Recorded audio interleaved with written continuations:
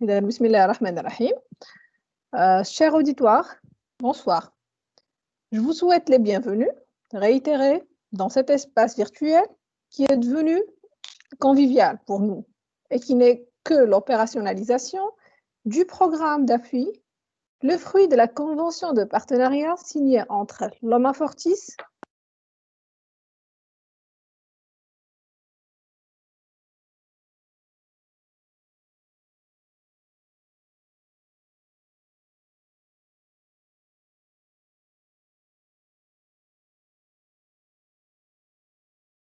Veuillez activer votre micro, Madame Samar, s'il vous plaît.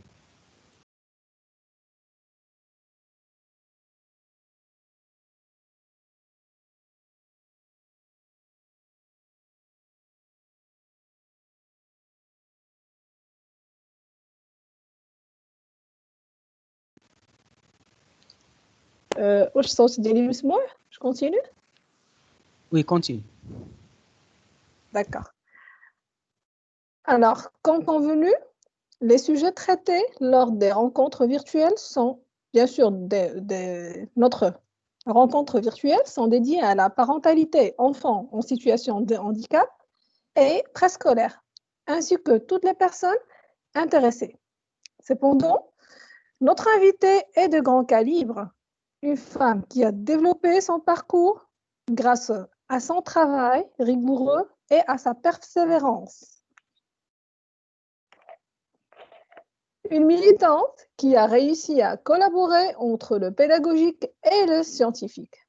Elle a commencé ses premiers pas dans l'enseignement en 1997 en tant qu'enseignante, alors qu'en 2011, elle a changé de posture et a intégré le cycle de l'inspection pédagogique.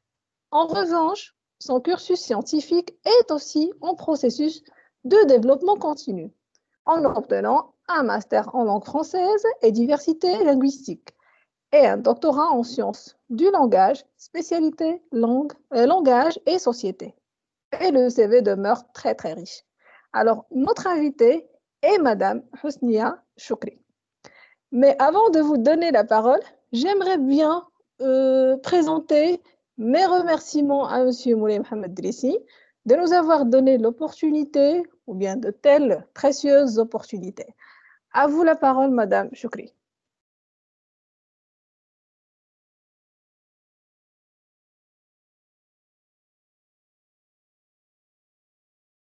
Madame Choukri.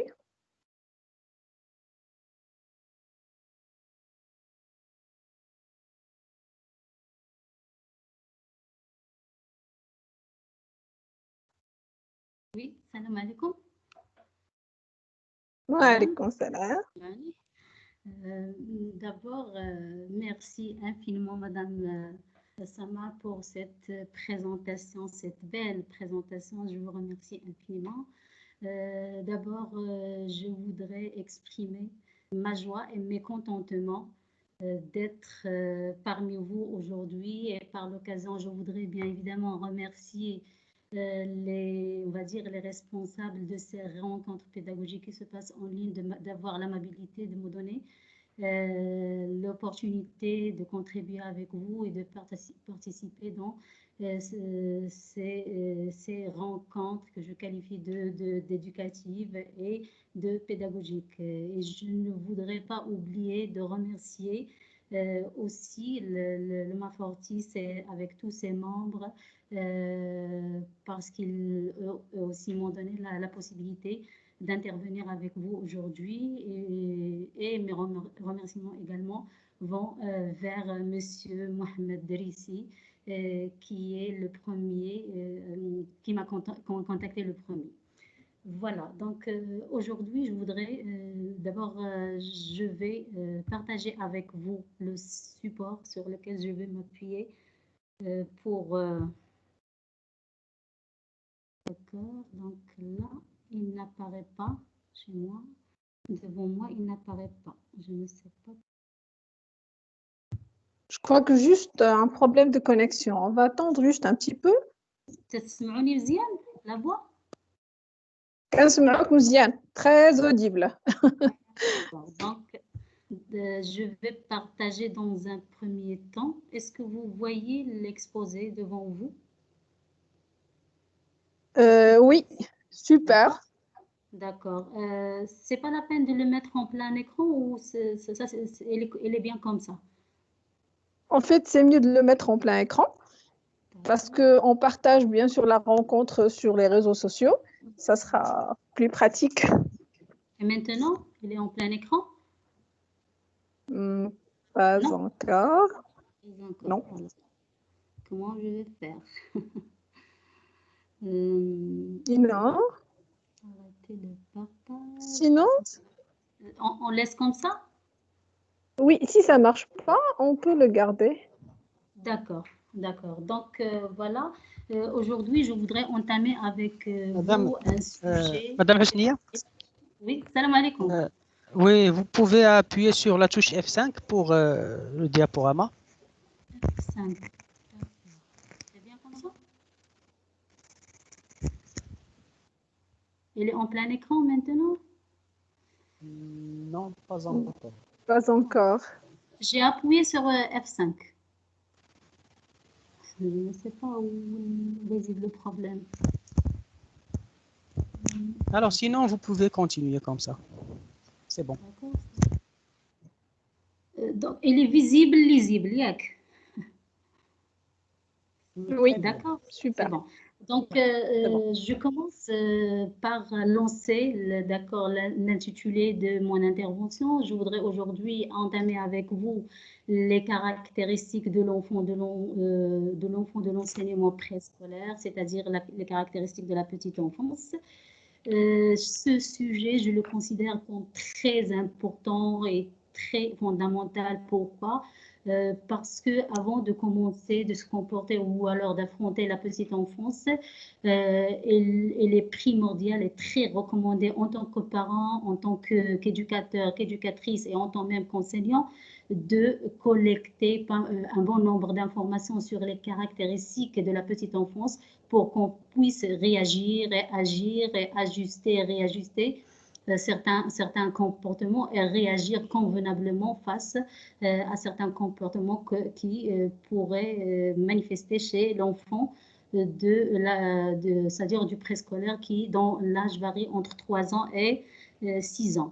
Donc, pour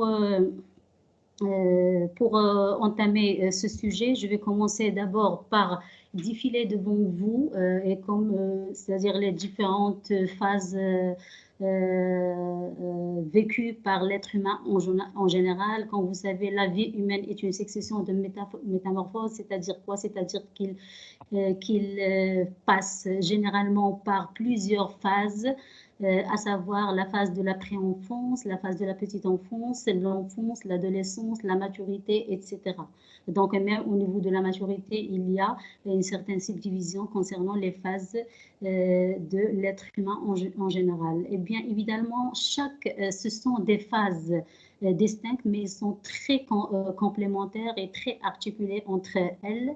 Chaque phase, on va dire, se base sur la phase antérieure et prépare par la suite, bien évidemment, la phase postérieure. C'est-à-dire quoi? C'est-à-dire qu'une petite chose qui pourrait se passer au niveau de chaque phase pourrait influencer d'une manière ou d'une autre et impacter soit positivement, soit négativement la phase qui va suivre et même impacter le parcours, la personnalité de l'être humain, sa carrière, etc. Donc, il est primordial, comme j'ai déjà dit, et très recommandé de savoir et de collecter un bon nombre d'informations concernant les caractéristiques de toutes ces phases, on va dire. Mais aujourd'hui, bien évidemment, on va pas, c'est-à-dire on n'a pas le temps d'entamer toutes ces phases, on va se concentrer seulement sur la phase de la petite enfance, c'est-à-dire quelles sont les caractéristiques de la petite enfance, quelles sont c'est-à-dire ses particularités et comment peut-on agir face à la petite enfance. Donc, pour entamer ce sujet-là, je vais essayer tout au long de l'exposé et de l'intervention de répondre à deux questions primordiales. La première question est la suivante. Quelles sont les caractéristiques de la petite enfance? Deuxième question qui est très intéressante, c'est comment devrait-on réagir avec les enfants de cette période? C'est-à-dire, on sait les caractéristiques, mais comment peut-on réagir face à ces caractéristiques? Pour répondre ou alors apporter des éléments de réponse à ces deux questionnements et à ces différents sujets annexes, j'ai opté pour le plan suivant. D'abord, je vais parler et discuter avec vous les niveaux de développement de l'enfant entre 3 ans et 6 ans. Deuxième point, on va parler un petit peu sur les caractéristiques de l'enfant du préscolaire. Et quand je dis l'enfant du préscolaire, c'est la petite enfance qui varie entre 3 ans et 6 ans. Troisième point, c'est les crises de la petite enfance. Ça, c'est très important. Bien sûr, le terme crise, on l'utilise avec une certaine vigilance. Et on va voir par la suite comment, dans quel cadre se positionne cette vigilance. 4 points. Le quatrième point, c'est comment gérer les crises de la petite enfance. Commençons d'abord par le premier point. Donc, comme vous savez, l'être humain en général, il est en perpétuel développement, non pas au niveau seulement physiologique, psychomoteur, mais bien évidemment au niveau cognitif, mental et au niveau socio-affectif. Parce que, pourquoi j'ai dit non seulement, non pas, parce que dans nos représentations, notamment pour les profanes, dès qu'on entend le développement de l'être humain, on va directement vers le côté physiologique psychomoteur. C'est-à-dire que l'enfant a grandi, ses membres ont grandi, etc. Et on oublie qu'en parallèle de cette évolution et développement physiologique, psychomoteur, il y a en parallèle d'autres développements cognitifs, mentaux, socio-affectifs, psychiques, etc. Donc, si on va considérer ou prendre en considération l'enfant, c'est dans ces 3 niveaux et non seulement dans le premier niveau de la physiologie, c'est-à-dire le côté physiologique. Le niveau physiologique psychomoteur, bien sûr, toujours je précise que je parle de l'enfant dont l'âge varie entre 3 et 6 ans.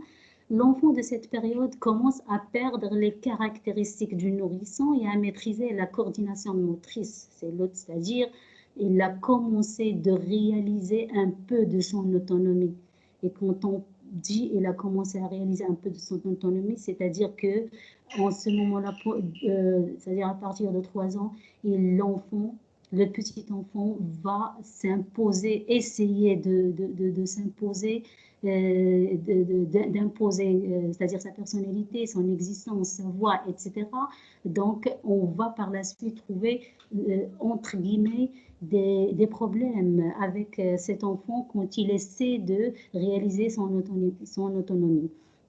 Elle est en perpétuel développement neurologique et musculaire et je continue par la mobilité qui se développe rapidement dans ce stade, c'est-à-dire on observe l'excès d'énergie et d'agitation. Ça, c'est très important. Si on prend et on sait, on prend en considération que l'enfant, tout le monde sait et observe qu'il est agité, il est en plein dynamisme, qu'il bouge beaucoup, qu'il est toujours en activité. C'est pas parce qu'il s'agit d'un enfant mal éduqué ou alors d'un enfant gâté ou alors d'un enfant qui a des problèmes, mais non, c'est pas, il est tout à fait normal qu'on trouve c'est-à-dire le dynamisme de l'enfant est tout à fait normal. Ce qui est anormal, c'est lorsqu'on trouve un enfant immobile, c'est-à-dire il opte pour le calme, il ne réagit pas, il est toujours dans une situation statique. Il ne joue pas en ce moment-là. Il faut poser plusieurs points d'interrogation et dire peut-être qu'on est en face d'un cas pathologique. C'est-à-dire que peut-être cet enfant, il est anormal. Donc, si on est devant un enfant qui est agité, qui est dynamique, qui joue, qui saute, qui court, qui est en pleine énergie, en excès d'énergie, c'est un enfant vraiment tout à fait normal. Pourquoi? Parce qu'il est en perpétuel développement neurologique et musculaire. pour que ses muscles se développent, il a besoin de bouger, il a besoin de faire c'est-à-dire d'être dynamique et d'être actif. Pendant cette période même, l'enfant commence à développer sa cognition sensorielle, visuelle, auditive, olfactive, etc. C'est-à-dire quoi? C'est-à-dire que pendant cette période, l'enfant communique avec le monde extérieur, non pas via la logique, la pensée ou la réflexion, mais à travers son système sensoriel, à travers ses sens. Donc, c'est une période très spécifique, basée sur le concret, en éloignant de tout ce qui est abstrait. Passons à un autre niveau qui est le niveau cognitif mental. Bien sûr, l'enfant, quand vous savez, recourt, j'ai déjà dit ça, à l'impression sensorielle au lieu de la logique. Donc, il communique avec le monde extérieur via ses sens, etc. Il confond entre la réalité et l'imaginaire. Je vais m'attarder sur cette question-là. C'est-à-dire quoi? Il faut comprendre très bien que l'enfant de la petite enfance, on va dire, l'enfant dont l'âge varie entre 3 et 6 ans, il vit, si vous voulez dire, deux mondes. Il a son monde préféré qui est le monde imaginaire et le monde fictionnel, et il vit un autre monde imposé, si vous voulez dire, à lui, qui est le monde réel, le monde de ses parents, le monde de sa famille, le monde de l'enseignant, etc. Donc, à ce niveau-là, toujours, l'enfant de la petite, c'est-à-dire de la petite enfance, vit un choc. Il essaie de se positionner par rapport à son monde préféré qui est l'imaginaire et bien évidemment d'accepter le monde réel. Et à ce niveau-là, je voudrais parler attirer l'attention sur le fait que ce choc entre la réalité et l'imaginaire produit souvent, ou si vous voulez dire, donne souvent un produit qu'on peut nommer, nous, en tant qu'adultes, de mensonge. C'est-à-dire quoi? C'est-à-dire que pendant cette période, l'enfant, puisqu'il vit dans deux mondes, il a tendance de relater souvent des historiettes des historiettes où il y a un peu de l'imagination et un peu de réel. Et nous, en tant qu'adultes, qu'est-ce qu'on dit? On dit qu'il ment, alors que ce n'est pas du mensonge, c'est le choc qui se produit entre le monde réel et le monde imaginaire qui donne ce produit qui est similaire au mensonge. Donc voilà, donc à cette pourquoi j'attire l'attention sur cette question-là, parce que la plupart du temps, qu'est-ce qu'on fait, nous, en tant que parents et en tant qu'éducateurs et éducatrices, nous accusons et nous disons directement à l'enfant, tu es un menteur, alors que ce n'est pas un menteur, c'est un enfant normal qui essaie de se positionner entre ces deux mondes. Voilà. Troisième point, c'est qu'il est incapable, bien évidemment, de réaliser des processus mentaux réels ou abstraits. On a déjà parlé de ça. Donc, il n'utilise pas la logique, la pensée, la réflexion, mais il utilise ses sens. Donc, il est curieux, il pose beaucoup de questions. Donc, ça, c'est intéressant de savoir ce genre de choses, cette caractéristique-là, parce que si on ne prend pas en considération qu'il est normal qu'un enfant de la petite enfance, qu'il soit curieux, on peut, c'est-à-dire le qualifier de vilain, de je ne sais pas quoi, c'est-à-dire d'un enfant agité, etc. Alors curieux, il pose beaucoup de questions. Et nous, en tant qu'adultes, on est obligé, on est dans l'obligation de répondre à ces questions, soit immédiatement si on possède la réponse, soit on reporte intelligemment les réponses à ces questions pour que je puisse par la suite se renseigner auprès des spécialistes sur la réponse adéquate qu'on doit donner à l'enfant à cet âge-là. Donc, mais le problème, c'est que, c'est-à-dire l'essentiel, c'est qu'il ne faut pas laisser le vide chez l'enfant à cet âge-là, parce que il va chercher la réponse ailleurs. Donc, la curiosité pour l'enfant de cette période, c'est un comportement très normal et même très souhaité. Pourquoi? Parce qu'il est en développement cognitif et mental. Et ce développement cognitif et mental manifeste au niveau des différentes questions qu'il a tendance à poser. Capable d'acquérir des concepts d'espace, de temps, de quantité, de comptage, de classement. Il est capable d'acquérir des outils linguistiques et lexicaux. Donc, je crois que ça, c'est clair. Donc, l'enfant de cette période, elle peut, c'est-à-dire utiliser les notions de temps, derrière, devant, sur, saut, etc., d'espace, pardon, de temps le matin, le soir, etc. Il peut compter, classer, etc. Et le côté linguistique, c'est très intéressant dans cette période parce qu'en cette période, un bon nombre de spécialistes disent que l'enfant, en cette période, il est prêt à c'est-à-dire à apprendre plusieurs langues. Donc, on peut réagir à ce niveau-là pour faire passer et travailler avec nos enfants plusieurs langues en même temps. Passons à un niveau qui est le niveau socio-affectif. C'est très important ce niveau-là parce que la plupart du temps, on ne néglige. L'enfant, comme a dit Freud, souffre de l'émergence du complexe d'Oedipe d'Electre et ses conséquences sur le développement de l'identité sexuelle. C'est la façon de voir d'Oedipe, de Freud, pardon, qu'est-ce qu'il dit? Il dit que l'enfant, à partir de 3 ans, 2 ans, 3 ans, il démontre une certaine passion envers l'un de ses parents de sexe opposé. Par exemple, le petit enfant garçon éprouve une passion envers sa maman et il ressent de la jalousie contre son papa et le contraire, bien évidemment, pour la petite fille. Ça, c'est intéressant. À ce niveau-là, ça peut créer quelques déséquilibres chez l'enfant. Mais bien évidemment, on ne peut pas généraliser cette question cette question évoquée par Freud pour tous les enfants. Et même Freud, elle a dit que chaque enfant vit ce complexe-là à sa manière, selon son tempérament, selon ses circonstances sociales, etc. Donc, il y a des enfants où le complexe d'Oedipe passe inaperçu. Il y a d'autres enfants où le complexe d'Oedipe marque c'est-à-dire leur vie, etc.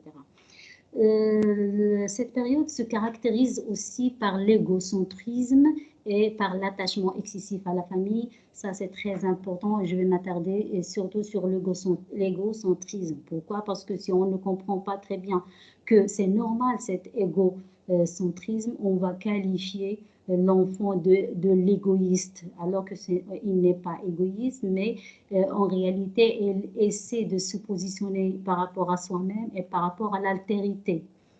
C'est l'autre qui existe malgré lui, comment il va l'accepter, alors que lui, il se considère comme le centre du monde et que toute chose lui appartient et que l'autre, c'est un intrus. Donc là, quand l'enfant ne partage pas, par exemple, ses jouets avec l'autre, c'est pas parce qu'il est égoïste, mais en fait parce qu'il n'est pas encore arrivé à se positionner par rapport à soi-même et à accepter l'autre. Ça, c'est très important de prendre en considération cette caractéristique-là.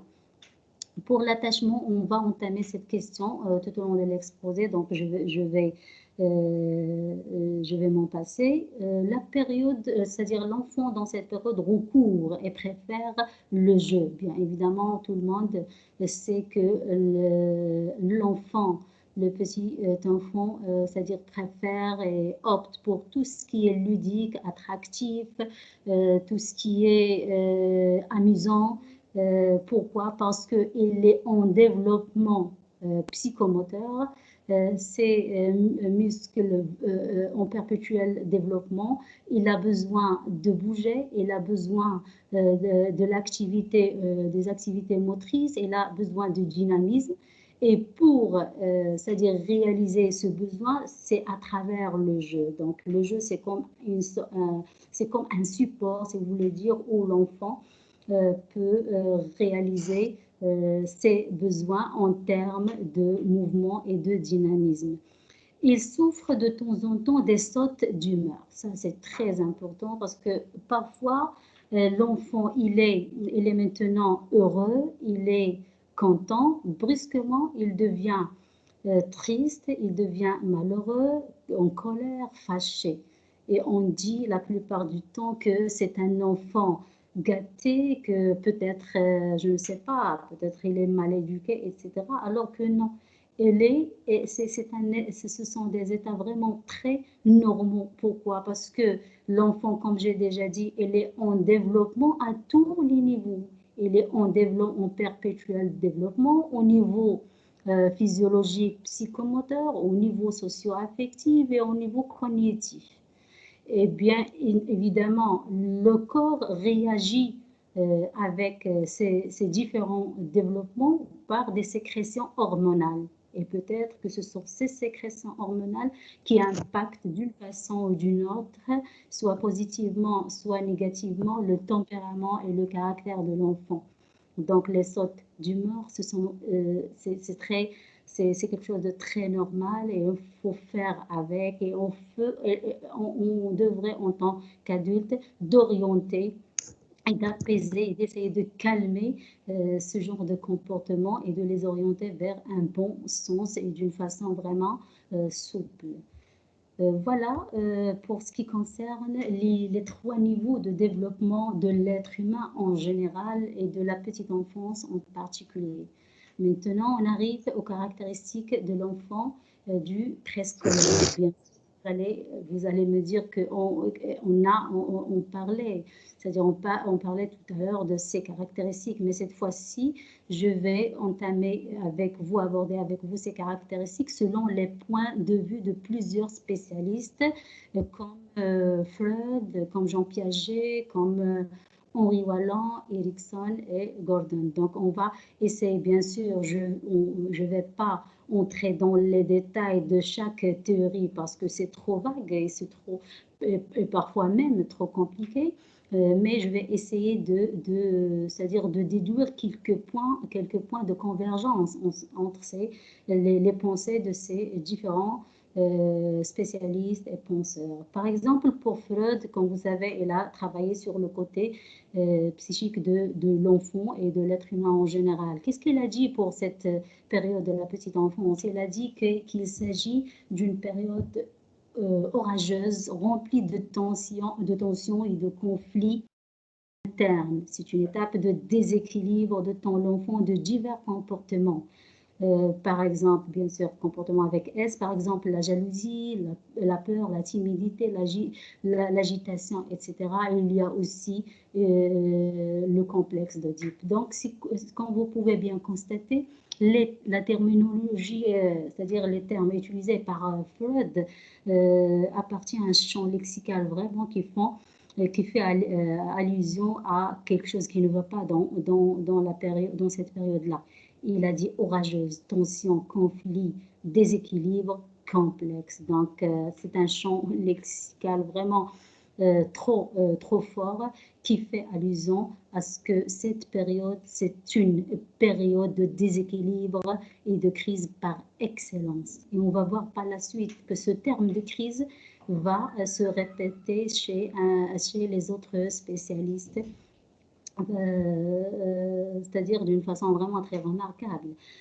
Passons à Piaget. La même chose pour Piaget. Qu'est-ce qu'il a dit? Il a dit que cette période c'est un stade préparatoire qui s'étend de 3 ans à 7 ans, marqué par le manque. Et quand on parle de manque, c'est-à-dire qu'il y a quelque chose qui ne va pas. Le manque de certaines opérations de la logique, c'est l'enfant, c'est-à-dire qu'il a tendance à utiliser seulement son système sensoriel. Il n'utilise pas la logique. Cette question-là peut-être va poser des problèmes pour, je ne sais pas, pour l'enfant avec ses relations avec l'autre, etc., avec l'adulte, avec ses camarades, etc. Donc, l'étape, c'est une étape de l'égocentrisme et de l'enfermement sur soi-même. Donc, même Piaget, c'est-à-dire, il parle d'une façon ou d'une autre, soit directement ou indirectement, d'un déséquilibre qui affecte ou alors vécu par l'enfant en cette période-là, notamment parce qu'il a beaucoup parlé du manque, beaucoup parlé de l'égocentrisme qui pose un problème, de l'enfermement qui pose un problème pour le petit enfant. Spécialiste Henri Wallin, qu'est-ce qu'il a dit? Il a dit que chaque étape de croissance commence et se termine par une crise. Donc voilà le terme crise qui va apparaître d'une façon claire avec Wallin. Je continue la citation. Ce qui rend le processus de la croissance intermittente, c'est-à-dire discontinue pour Wallin. C'est une étape de personnalisme par excellence. Et qui dit personnalisme dit égocentrisme. C'est la même chose. Donc, l'égocentrisme, personnalisme, c'est quelque chose qui pose un problème et qui peut déclencher un certain déséquilibre chez l'enfant. Il a dit que la croissance est le produit de la croissance est le produit de l'interaction entre les facteurs biologiques et sociaux affectif. Donc, et qui dit interaction, bien évidemment, dit en quelque sorte conflit, je ne sais pas, déséquilibre, quelque chose qui ne va pas, etc. Donc, pour Wallin, si vous observez le schéma en bas, comme une sorte de récapitulation, il a dit que chaque période commence par une crise et se termine par exemple, pour l'après-enfance, la première crise du nouveau-né, on va dire, c'est le cri, c'est-à-dire le cri, pardon. Le cri lancé par le nouveau-né pendant la naissance, c'est la première crise des crises, on va dire. Il y a aussi la crise c'est-à-dire, comment on l'appelle, le fait de, c'est-à-dire le sevrage, je crois, le fétin. J'ai oublié le terme, donc c'est une crise pour l'enfant de pré-enfance. Il y a aussi la petite enfance qui commence par une crise historique. Bien sûr, les crises de la petite enfance sont vraiment trop nombreuses. Par exemple, il y a la crise de l'égocentrisme, le fait de se positionner par rapport à soi-même et l'acceptation de l'autre. Il y a la crise de conflit entre le monde imaginaire et le monde, son monde réel. Il y a c'est-à-dire la crise de l'égocentrisme, il y a la crise de la jalousie, de la timidité, de l'agitation même. Donc, il y a plusieurs crises dont souffre l'enfant de la petite enfance. Et bien évidemment, la même chose pour les autres phases de la vie. Et si, d'après Wallin, et logiquement parlant, si ces crises-là ne se gèrent pas bien comme il faut par l'adulte et par l'accompagnateur, par l'éducateur, par l'enseignant, bien évidemment, l'enfant va accumuler, si vous voulez dire, progressivement ces crises tout au long de sa vie et cela va se répercuter négativement sur sa personnalité, son parcours, sa carrière, etc. Donc, l'essentiel, c'est connaître ces crises là et savoir réagir comment réagir face à ces crises d'une façon vraiment souple. Voilà pour ce qui concerne Wallin. Passons à Erikson et Gordon. Pour Erikson, il a parlé d'une façon claire à propos de la crise dont souffre l'enfant en cette période. Qu'est-ce qu'elle a dit? Chaque étape, c'est la même chose que Wallin. Il a dit chaque étape de cette période a une crise. Et la gestion de chaque crise affecte les stades ultérieurs. Donc, on a déjà parlé de ça, les stades ultérieurs et les stades postérieurs. Donc, la gestion de la crise, si il ne va pas marcher bien comme il faut et d'une façon vraiment convenable, ça va influencer négativement la personnalité de l'enfant et de l'être humain. Les sous-étapes, selon Erikson, les sous-étapes de cette période constituent une chaîne bien articulée. On a déjà mentionné ça, qu'il y a une certaine articulation et continuité entre les différentes phases. Et chaque perturbation, chaque déséquilibre, chaque crise va bien sûr influencer les autres phases, etc. Il a dit la construction de chacune, bien sûr, dépend de la construction de la précédente. L'échec dans la gestion de chaque crise pourrait avoir des retombées psychologiques négatives prochainement, et ça c'est clair. Selon Gordon, il a parlé de la même chose avec l'utilisation de d'autres termes. Par exemple, il a parlé de la perte au niveau de cette phase. L'enfant souffre de la perte de l'identité à cause de la confusion entre la réalité et la fiction. Voilà le choc dont j'ai parlé tout à l'heure entre le monde imaginaire et le monde réel de l'apprenant qui produit des choses similaires aux mensonges et des historiettes mensongères, si vous voulez dire. Il a parlé également de l'égocentrisme, donc on a parlé beaucoup de ça. Voilà en ce qui concerne ces différents spécialistes. Et si on va on veut, c'est-à-dire faire une sorte de récapitulation et converger entre ces différents points de vue, il est clair que ces différents spécialistes sont unanimes sur une chose, sur le fait que la période de la petite enfance est une période de crise par excellence. Crise vécue à tous les niveaux de la personnalité. Voilà, ça c'est très important. Le fait de prendre en considération ça, c'est déjà le premier pas vers le comment réagir face à ce genre de tempérament et de crise de comportement qui apparaissent chez l'enfant de la petite enfance. Du préscolaire. Donc, les questions qui s'imposent, quelles sont ces crises? Bien sûr, on a parlé de ces crises, mais on va essayer de faire une petite récapitulation brève pour passer directement à comment, parce que c'est ça le problème, c'est comment. Bien sûr, comment gérer à bon escient cette étape, bien sûr, moi, je ne possède pas on va dire, bâton magique. Il n'y a pas de recette pour tout le monde, mais bien sûr, on va proposer des pistes de réflexion et des pistes d'action qu'on pourrait adopter pour réagir face à un certain nombre de déséquilibres qui apparaissent chez l'enfant du préscolaire, par exemple. Donc, les crises d'une façon, c'est-à-dire rapidement, on a parlé de différentes crises, on va les classer suivant 4 catégories: crise psychologique, crise motrice, crise cognitive, crise socio-affective. Pour la crise psychologique, un bon nombre de spécialistes disent que l'enfant, cette période, subit un tsunami émotionnel. Ce terme de tsunami, il est vraiment très fort et très significatif et très révélateur. C'est-à-dire, comme on a déjà parlé de ça, l'enfant dans cette période, il est trop attaché à la famille, il est capricieux, c'est-à-dire il est tantôt en situation de joie, tantôt dans une situation de malheur, etc. Refus de l'autre, l'entêtement, etc. Crise motrice, la même chose, ils ont parlé, les spécialistes, que l'enfant subit en cette période un tsunami de motricité, on a déjà parlé de ça, c'est-à-dire mobilité excessive, mouvement déplacé, manque de concentration, c'est-à-dire que l'agitation, le dynamisme excessif de l'enfant pourrait avoir des répercussions négatives sur sa concentration, pardon. Donc, pour la crise socio-affective, je vais citer rapidement parce qu'on a déjà parlé de ça. Il y a l'égocentrisme, il y a l'agressivité, il y a le problème de l'intégration dans le groupe.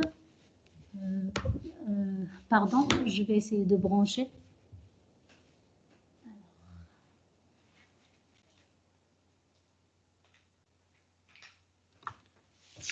Donc, qu'est-ce que j'ai dit? Je parlais de la crise socio-affective, donc jalousie, timidité, isolement. Une autre crise, brièvement, la crise cognitive, confusion entre le réel et l'imaginaire, le manque de la logique, la curiosité, l'oubli de l'information, etc. Donc, on a déjà parlé de ça d'une façon bien détaillée. Maintenant, on passe à la cruciale, on va dire, de notre intervention, c'est comment peut-on se comporter devant les crises de la petite enfance. Bien évidemment, comme j'ai déjà dit, ce sont juste des pistes de réflexion et d'action que je vais vous proposer.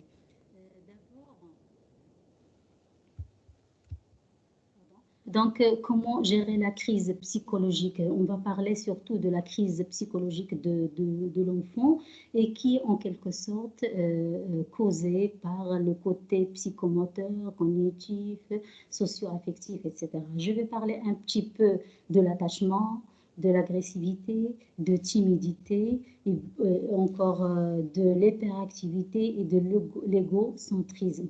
Je vais passer sur ces ça, on va dire pas rapidement, mais d'une façon vraie, sachant que je vais vous proposer par la suite un exemple concret. Donc, pour l'attachement, l'agressivité, la timidité et les autres comportements, la première des choses, c'est la communication avec les parents. Ça, c'est très important.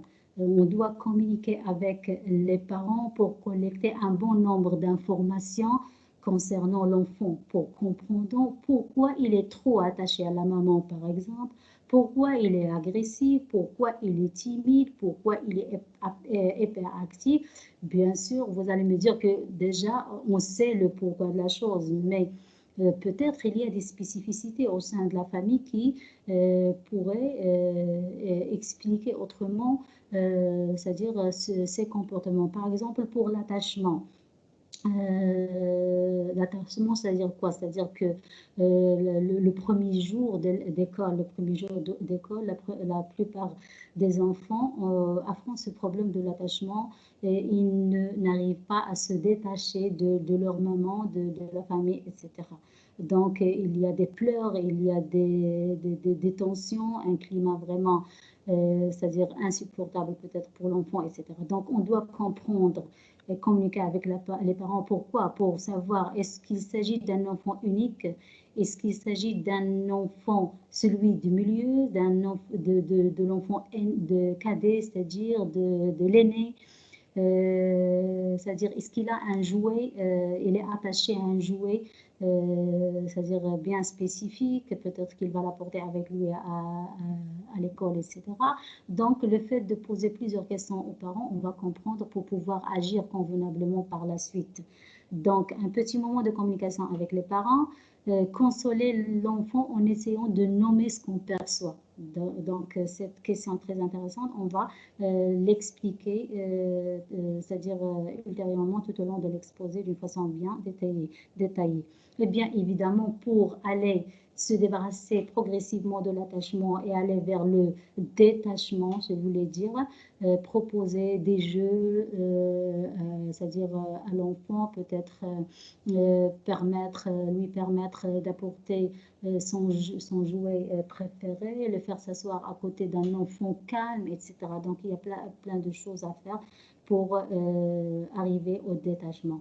L'agressivité, toujours la communication avec les parents pour pouvoir la source de cette agressivité, accueillir sa colère et son inquiétude, comprendre et positiver. Et j'insiste sur ce thème ce terme positiver, on va le voir dans l'exemple d'une façon claire. Donc, il faut positiver son tempérament agressif. Il ne faut pas banaliser ni dramatiser. D'accord? Il faut comprendre en positivant. On va voir par la suite comment on peut faire ça. Bien sûr, lui expliquer qu'il s'agit d'un mauvais comportement, mais c'est-à-dire d'une façon indirecte. Le faire s'asseoir, bien évidemment, à côté d'un enfant calme, etc. On va voir par la suite, parce que cette question de l'agressivité, je vais l'entamer avec vous dans l'exemple concret. La timidité, la même chose. Le faire s'asseoir à côté d'un enfant bavard, entre guillemets, et social, c'est-à-dire parce que c'est contagieux, ce genre de comportement. Peut-être que l'autre va un peu, le bavard va un peu se calmer parce qu'il y a devant lui un enfant calme, et le calme ou le timide, il va peut-être essayer peut-être c'est-à-dire de bouger, d'être un peu dynamique. Lui confier des tâches, le timide, comme vous savez, il faut lui confier des tâches à faire avec encouragement. Il ne faut pas l'isoler, le marginaliser et le laisser à sa guise, c'est-à-dire dans son coin, coincé et avec sa timidité, mais normalement, il faut l'impliquer c'est-à-dire dans le climat de la classe, et vous voulez dire, lui demander de choisir, c'est-à-dire s'il y a une situation où il faut choisir, une situation de choix, je leur passe la parole et je leur demande de choisir, féliciter, l'impliquer dans des travaux de groupe, ça c'est clair. Pour l'hyperactivité, lui proposer des activités chronométrées, ça c'est très important. Par exemple, on adresse la parole à l'enfant hyperactif, on lui demande, voilà, je te donne cette activité, cet exercice, tu vas c'est-à-dire l'exécuter dans 2 minutes, dans 5 minutes, dans 3 minutes. Avec le chronométrage, ça va apaiser un petit peu son hyperactivité. L'impliquer dans des travaux qui demandent de la concentration, par exemple la construction, je parle de l'enfant du préscolaire, construction d'un jouet, d'une maison, c'est-à-dire, je ne sais pas, classer les jeux de puzzle qui demandent de concentration. Et puisque ces jeux demandent de concentration, ils se trouvent sans en avoir conscience en situation de calme parce qu'il doit effectuer ce travail parce que ce travail demande de la concentration. Le mettre à côté d'un enfant calme, ça c'est clair, on a déjà parlé de ça. Proposer une récompense pour ceux qui restent un peu calmes, 2 minutes, 5 minutes, recourir à des sanctions légères. Donc à un moment donné, vous pouvez par exemple proposer à vos enfants c'est-à-dire des récompenses. Quelqu'un qui, par exemple, on adresse la parole à aux enfants. Regardez, quelqu'un qui va rester, c'est-à-dire calme pendant 2 minutes aura je ne sais pas, une récompense, etc. Et celui qui va pas rester, c'est-à-dire calme, ou il va transgresser cette loi-là, on va le sanctionner. Et bien sûr, la sanction, c'est tout à fait le contraire de la punition. La punition, c'est négatif. La sanction, c'est vraiment pédagogique et éducative. Elle est fortement recommandée. D'accord? Pour l'égocentrisme, toujours la communication avec les parents, je ne vais pas revenir à ça. Développer l'empathie des petits-enfants, c'est-à-dire comment? Par encourager les enfants empathiques, c'est-à-dire à chaque fois on donne l'exemple, on encourage, on remercie, on félicite les enfants qui partagent, c'est-à-dire qui acceptent l'autre, etc. Relater des histoires pour donner le modèle, pour faire passer des messages. Regarder de petites scènes sur la télé ou sur Internet et discuter. Recourir à des simulations, mettre l'enfant dans des situations concrètes. C'est-à-dire quoi? C'est-à-dire que de préférence pour l'enfant égocentrique et même pour l'enfant hyperactif et même pour l'enfant, je ne sais pas, timide, etc., de préférence faire passer les messages via des historiettes et via des scènes télévisée qu'on va regarder ensemble, et par la suite on va discuter, on va dire est-ce que c'est bon de partager, est-ce que ce n'est pas bon, qu'est-ce qu'on doit faire, normalement on doit partager, on doit accepter l'autre, il est là, etc. Donc à travers les historiettes on peut passer énormément de messages, et c'est beaucoup mieux d'aller directement et dire que non, il ne faut pas faire ça, il ne faut pas que tu sois égoïste, c'est pas bon, non, ça c'est vraiment pour l'enfant, ça signifie rien, d'accord, ça signifie rien parce que ce sont juste des conseils qu'il va rejeter tout de suite. D'accord. Donc, pour l'exemple, c'est le dernier, on va dire, élément. Pour l'exemple, l'agressivité.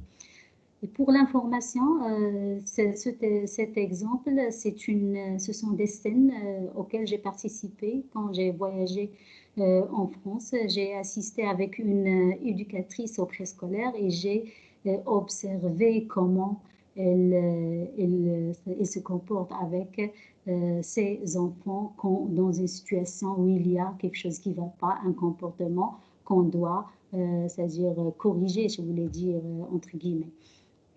Donc, pour l'agression, c'est-à-dire l'agressivité, il y a quelques règles à retenir. C'est-à-dire, c'est pas quelques propositions de règles à retenir. C'est-à-dire quoi? C'est-à-dire que dans une situation où il y a un comportement qui ne va pas, l'agression, et où il y a, je ne sais pas, quelqu'un qui fait du mal à l'autre, il y a trois intervenants dans cet acte. Il y a la petite victime, d'accord, la petite victime, il y a l'enfant fautif, et il y a les autres enfants. C'est-à-dire que quand on est devant un acte indésirable, je ne dois pas, c'est-à-dire focaliser l'attention seulement vers la petite victime et l'enfant fautif en négligeant les autres, parce que c'est une opportunité, c'est une situation authentique où c'est-à-dire que je dois exploiter positivement et fortement pour faire passer beaucoup de messages.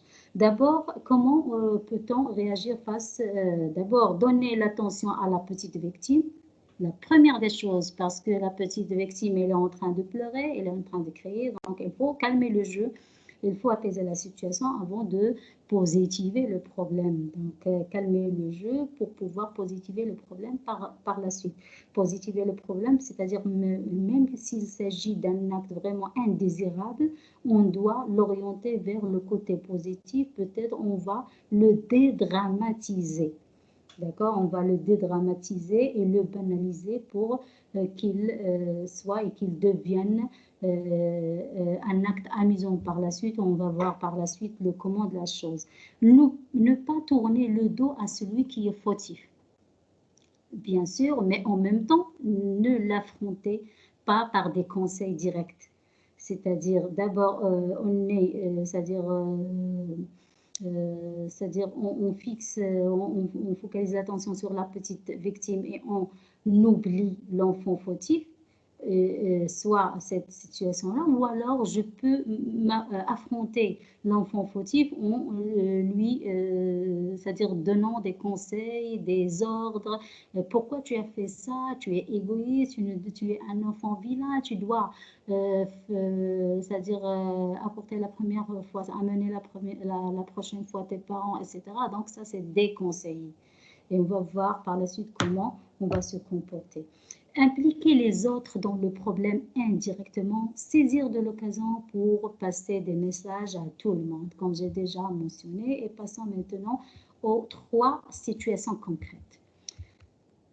Première situation, un enfant a mordu son ami. Par exemple, dans la classe, il y a un enfant qui a mordu son ami. Par exemple, Rim, mord Amine. La première des choses, l'enfant, la petite victime, c'est Amine. L'enfant fautif, c'est Rim. Et bien sûr, il y a l'ensemble de la classe.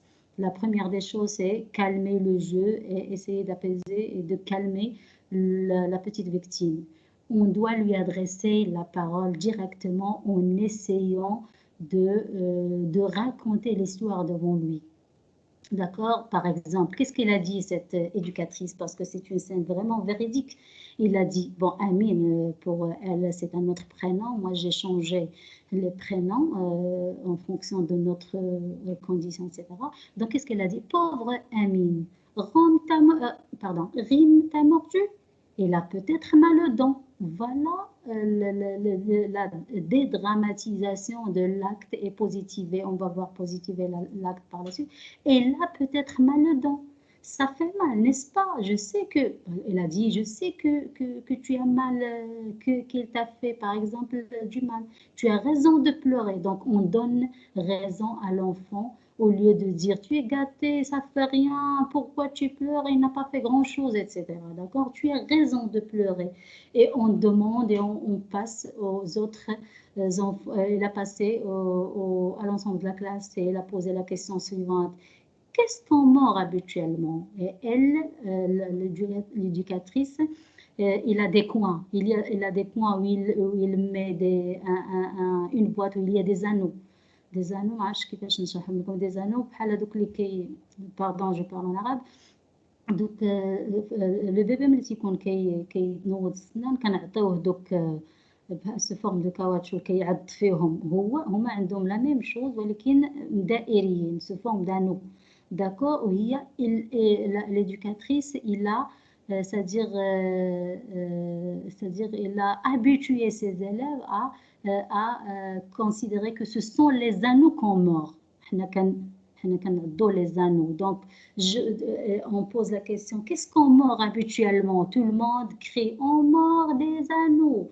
Donc, je donne à Rim un anneau pour qu'elle le morde parce qu'elle a mal aux dents. D'accord? Donc, elle a dédramatisé la scène. Je donne à Rim un anneau pour qu'elle le morde. Elle a oublié que ce n'est pas bon de mordre les amis, mais en fait, on mord les anneaux. Et vous voulez mordre vous aussi? Elle a posé la question, tout le monde a crié, oui, oui, madame, oui, maîtresse, on veut. Et elle a distribué les anneaux aux enfants et tout le monde a commencé de mordre. C'est-à-dire, même l'enfant fautif et la victime, et la scène s'est convertie, vous voulez dire, c'est converti vers une scène vraiment amusante. Parce que tout le monde a commencé de mordre son anneau en riant, c'est-à-dire d'une façon dynamique, tout le monde crie, tout le monde, etc. Il a banalisé l'action et il a positivé. Il a même dit que peut-être elle a mal aux dents. Il a même donné, c'est-à-dire, il a même donné, on va dire,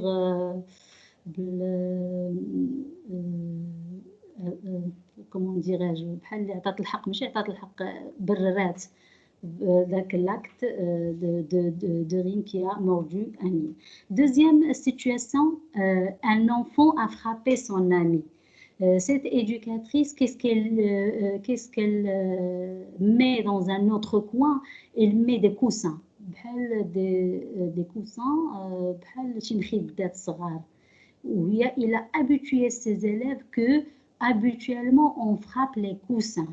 D'accord? Donc, on ne frappe pas un ami, un camarade, un frère, quelqu'un d'autre, mais on frappe en réalité soit un coussin, soit un nounours. Il m'a dit que parfois, avec d'autres publics cibles, elle utilise des nounours, etc. Donc, qu'est-ce qu'elle a dit? Donc, Yassine, c'est la petite victime. Ahmed, c'est le fautif et l'ensemble de la classe. Qu'est-ce qu'elle a dit à Yassine? Pauvre Yassine, Ahmed t'a frappé?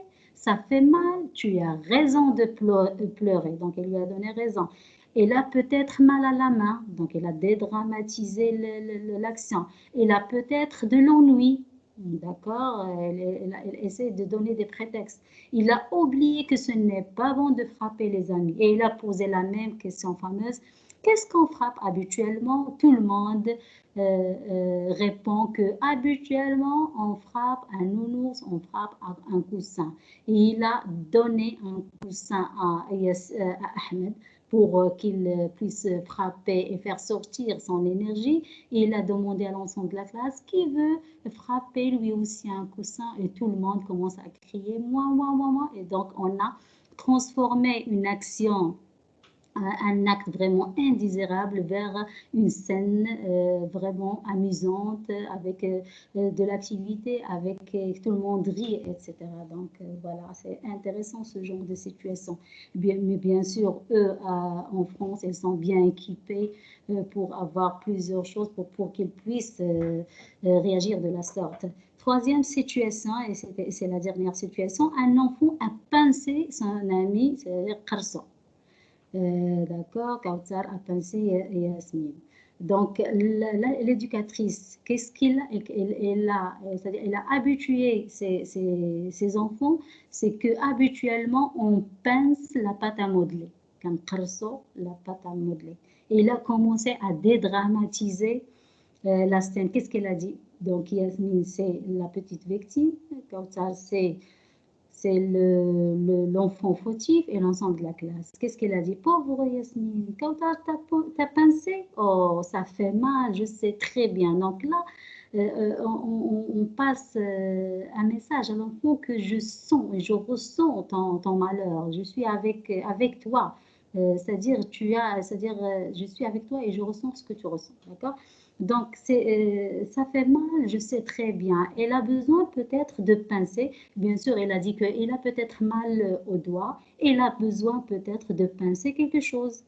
Il a oublié que ce n'est pas bon de pincer les amis. Et elle pose la question, qu'est-ce qu'on pince habituellement? Tout le monde crie au sein de la classe. On pince habituellement la pâte à modeler. Il a commencé à distribuer la pâte à modeler à toute la classe, même la victime, l'enfant fautif, et il a dédramatisé, il a positivisé l'acte et l'a transformé en une scène vraiment amusante. Voilà, ce sont trois situations très intéressantes. On peut sentir qu'on peut dédramatiser un acte, même s'il est un acte indésirable, avec des enfants qui oublient rapidement. Ce sont des enfants qui oublient rapidement. Donc, au lieu d'aller vers le sens de culpabiliser l'enfant et de dire que tu es méchant, que tu ne sais pas, c'est-à-dire tu es mal éduqué, tu es gâté, tu dois emmener tes parents, on dédramatise et on donne des solutions rapides et tout le monde, c'est-à-dire se sent heureux et satisfait, même la petite victime. En guise de conclusion, et pardon parce que c'est long, je crois, cet exposé, en guise de conclusion, qu'est-ce que je voudrais dire? Je voudrais dire que le préscolaire n'est pas une période de garde d'un enfant, ça c'est clair, parce que c'est une période de développement de la personnalité, donc on le prépare au cycle primaire et surtout on travaille sur la personnalité de l'enfant d'un point de vue psychique, psychomoteur, moteur, cognitif, etc. Le préscolaire n'est pas une étape classique de l'éducation. Donc, il y a je veux dire ici, il n'est pas une étape classique de l'apprentissage, mais de l'éducation. On doit éduquer, on doit aider l'enfant à progresser, c'est-à-dire progresser normalement et d'une façon vraiment sereine, si vous voulez dire, dans ses développements, ces différents niveaux de développement. Le préscolaire n'est pas une période d'apprentissage classique, comme j'ai déjà dit, donc on travaille plutôt sur la personnalité. C'est une étape de gestion des crises de la petite enfance par excellence. Voilà, et merci pour votre attention. Si vous avez des questions, des ajouts, je suis à l'écoute. Merci beaucoup. Merci infiniment, Madame Hosnia Choukri. Merci En à vous. effet, c'est une présentation très fructueuse qui nous sera en tant que mère, que père ou en tant qu'enseignant bien utile. Et permettez-moi avant de faire d'abord un petit récapitulatif de votre présentation avant de passer aux questions. Donc, vous avez commencé par citer les phases de métamorphose de la vie humaine, de la préenfance jusqu'à la maturité, mais vous avez souligné surtout la petite enfance, ses caractéristiques et comment pourrait-on réagir à cette petite enfance en exposant votre présentation comme suit, les niveaux de développement de l'enfance 3 à 6 ans, les caractéristiques de l'enfant du préscolaire, la crise de la petite enfance et comment la gérer.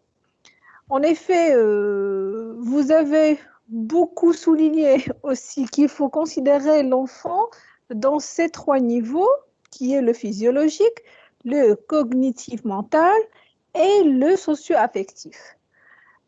Puis, vous avez aussi entamé les caractéristiques de l'enfant du préscolaire selon Freud, Piaget, Wallon, Erikson, Gordon, ainsi de suite, en les croisant et les comparant. Vous avez vous avez expliqué ensuite d'une manière minutieuse les crises de cette étape de la vie de l'homme et que vous les avez classées en crise motrice, cognitive, socio-affective et psychologique. Par la suite, vous avez proposé des pistes de réflexion sur la manière avec laquelle nous pourrons gérer ces crises. Et je vais les citer bien parce que vraiment, je trouve personnellement votre présentation très, très importante. En effet, vous avez cité l'attachement, l'agressivité, la timidité, l'hyperactivité et l'égocentrisme. Et comme exemple, vous avez choisi l'agressivité en proposant quelques règles à retenir. Vous avez ajouté dans votre exposé 3 situations de simulation et de dramatisation. Enfin, bien sûr, vous avez conclu votre exposé en vous remerciant infiniment.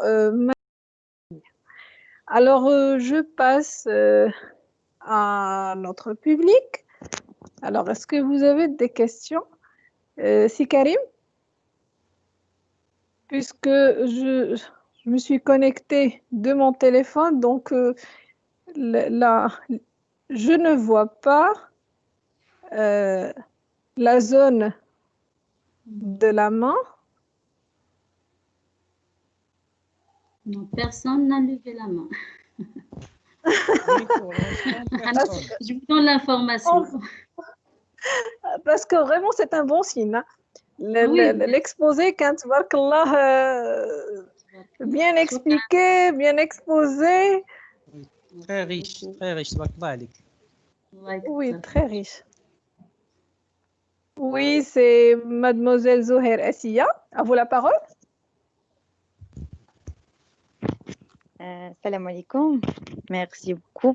Donc, je voudrais juste remercier Madame Hosni Choukri, notre grande inspectrice, pour le précieux exposé. Vraiment, l'intervention était vraiment riche et intéressante. On a appris beaucoup de choses sur la petite enfance. Merci aussi à notre chère modératrice, Madame Samar. Un grand merci à l'équipe Oma Fortis. Et merci. Merci à vous. Merci Assia, tu es toujours fidèle. Oui. Si vous permettez, bien sûr, la langue de l'intervention, si vous voulez parler en arabe, pas de problème, en français, pas de problème. L'essentiel, ce n'est pas la langue, mais c'est la communication, le savoir, le partage, etc. Voilà. À vous la parole. Merci. Bien sûr, oui, bien sûr. En effet, Floma Fortis, alhamdoulilah, on s'est habitué de parler kif mabrina, l'ora bachar tahina, alhamdoulilah, sans problème, sans complexe. Exactement, parce qu'il y a des arabophones, nous sommes des arabophones. Mais évidemment, mais bon. Merci beaucoup. اللي عطيتي هاد الملاحظة أستاذة. Alors, تبارك الله العرض كان ما شاء الله رائع. Oui. تدخل ديال الأستاذة زهيرة. مرحبا. Oui, alors bonsoir. Oui, bonsoir. Est-ce que vous m'entendez? Oui. Oui, très bien. Très bien. D'accord, je remercie Madame Hosni, la modératrice. Alors, j'ai une simple question à propos du curriculum marocain, le nouveau curriculum. Surtout, je parle précisément du curriculum du préscolaire. Est-ce que ce curriculum a bien respecté les caractéristiques de la petite enfance dont vous avez parlé? Oui. Je réponds sur la le parole. champ, alors je collecte les questions. Madame Samar. Oui, vous pouvez répondre sans problème. En attendant les autres questions, donc vous pouvez répondre sans problème. Alors, Madame Zahira, je pense, il a posé la question concernant le cadre référentiel du préscolaire. Il a posé la question, est-ce que ce cadre-là a respecté les caractéristiques de la petite enfance? Oui, bien évidemment, ce cadre-là propose une entrée par le jeu. D'abord, déjà, cette entrée par le jeu, elle respecte, c'est-à-dire amplement, si vous voulez dire, cette question des caractéristiques de la petite enfance, parce que à travers le jeu, on va travailler et le côté cognitif, et le côté physiologique, et le côté socio-affectif. C'est pourquoi donc la plupart des activités proposées par les concepteurs de ce cadre et même par les concepteurs des manuels scolaires, ils vont dans ce sens-là de faire passer les apprentissages ou alors, si on va dire, je ne sais pas, les messages, parce que dans cette période-là, on ne parle pas vraiment des apprentissages, mais on parle je ne sais pas comment je vais nommer ça, on parle de la personnalité, de faire passer beaucoup de valeurs, voilà, des valeurs, etc. Donc, ils ont opté pour une entrée par les jeux et via ces jeux, l'éducateur et l'éducatrice vont travailler sur le côté psychomoteur de l'enfant, l'activité, le dynamisme, lui donner l'opportunité pour qu'il puisse bouger pardon, à sa guise, etc. Et via les jeux aussi, ils vont travailler avec leurs enfants le côté cognitif, faire passer plusieurs valeurs, plusieurs savoirs entre guillemets. Et la même chose via les jeux, les activités l'éduc, ils vont travailler sur le niveau socio-affectif, l'implication c'est-à-dire l'intégration dans le groupe, l'acceptation de l'autre, se débarrasser progressivement de son ego, son centrisme pour aller vers la coexistence et c'est-à-dire l'hétérocentrisme, si vous voulez dire. Donc, en quelque sorte, le cadre référentiel du préscolaire est là respecté en quelque sorte. Bien évidemment, on peut trouver plusieurs lacunes si on va étudier le cadre bien comme il faut, mais bon, n'importe quel, on va dire, produit humain comporte et contient des lacunes, des choses à refaire, des observations, des points forts, des points à améliorer. Voilà, j'espère que j'ai pu répondre à votre question, Madame Zahia. Merci Bien, tout à infiniment. fait. Donc, vu l'importance de tout ce que vous avez dit, tout ce que vous avez cité, donc vous ne voyez pas que la priorité était d'abord avant d'instaurer ce nouveau curriculum, la priorité n'était pas avant, c'est de former les éducatrices qui vont qui vont entrer directement en relation avec ces enfants. Oui, effectivement, Madame on a Zahira. fait. Je réponds? J'avais un problème. Oui, oui. Parce Madame que Zahira. oui, vous m'entendez, j'ai un problème de son, n'est-ce pas? Oui, on a C'est bien bon, c'est bon. Vous pouvez continuer. Vous avez dit que vous avez parlé de la formation des éducateurs et des éducatrices. Oui, bien évidemment, ils ont les concepteurs du cadre référentiel du préscolaire, bien sûr, ils l'ont élaboré. Et juste après son élaboration, on a fait beaucoup de formations en faveur des éducateurs et des éducatrices sur le contenu de ce cadre et même sur les caractéristiques de la petite enfance et comment ils devraient réagir avec les enfants de cette période. On a fait beaucoup et à travers, je crois, tout le Maroc, ils ont fait beaucoup de formations. L'année précédente, c'était l'année précédente et l'avant précédente, ce sont des années de préscolaire par excellence. Malheureusement, avec l'avènement de coronavirus, elle a bloqué les choses et c'est-à-dire on n'a pas continué notre travail. Mais en réalité, on a fait beaucoup de formations concernant en faveur, si vous voulez dire, des éducateurs et des éducatrices c'est-à-dire en relation avec le cadre référentiel et en relation avec les caractéristiques de la petite enfance. Voilà. Merci. Merci.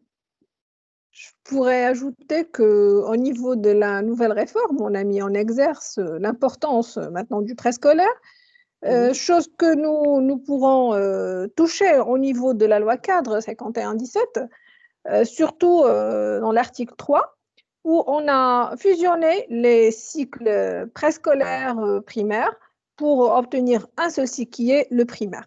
Donc, pour mettre bien sûr, voilà, pour connaître la valeur du préscolaire maintenant au niveau du curriculum, au niveau de notre pays, bien sûr. Donc, est-ce qu'il y a d'autres questions? Il y a Youssef. Monsieur Youssef السلام Tahiri. عليكم سي سي يوسف سي يوسف مرحبا سي يوسف السلام مرحبا عليكم وعليكم السلام مساء أستاذ الخير مساء النور تحياتي تفضل يا للأستاذة سيدي الفاضلة شكرا.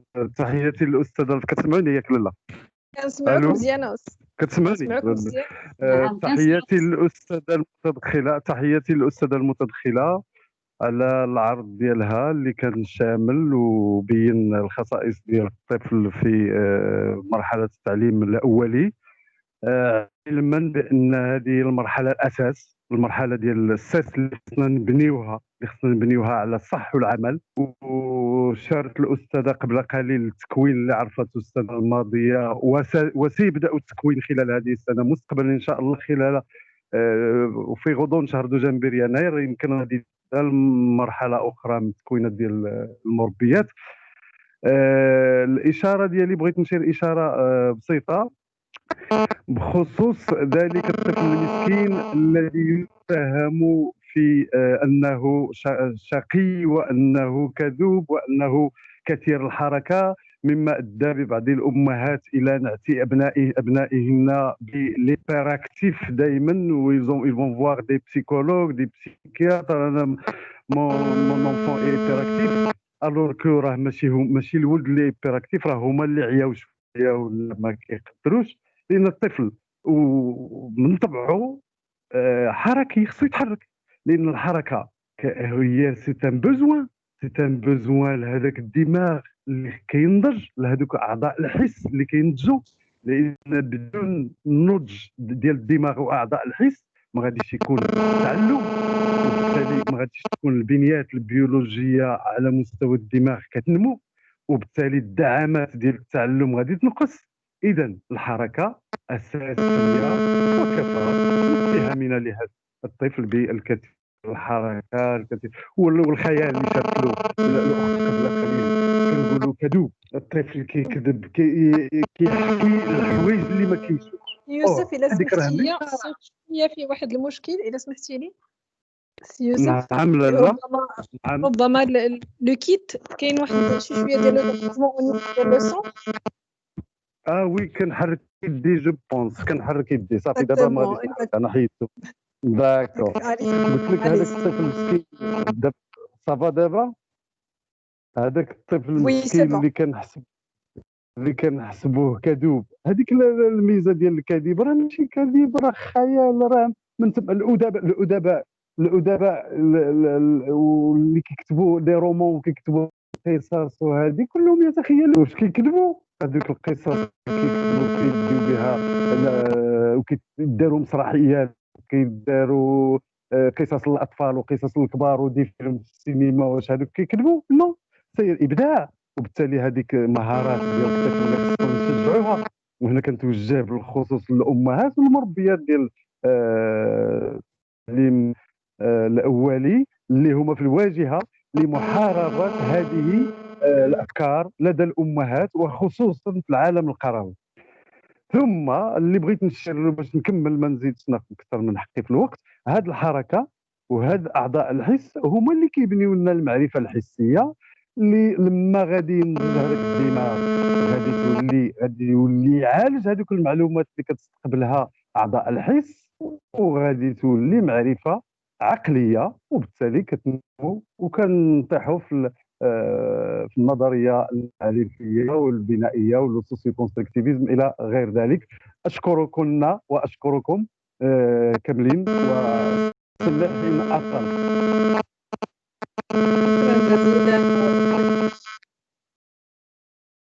شكرا لك أستاذة، هل من تعقيب؟ حاجة واحدة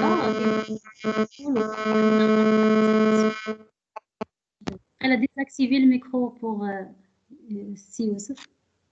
داكور تري بيان. دونك انا غادي نعقب المداخله ديال الاستاذ، كانت مهمه جدا ودار على الواقع.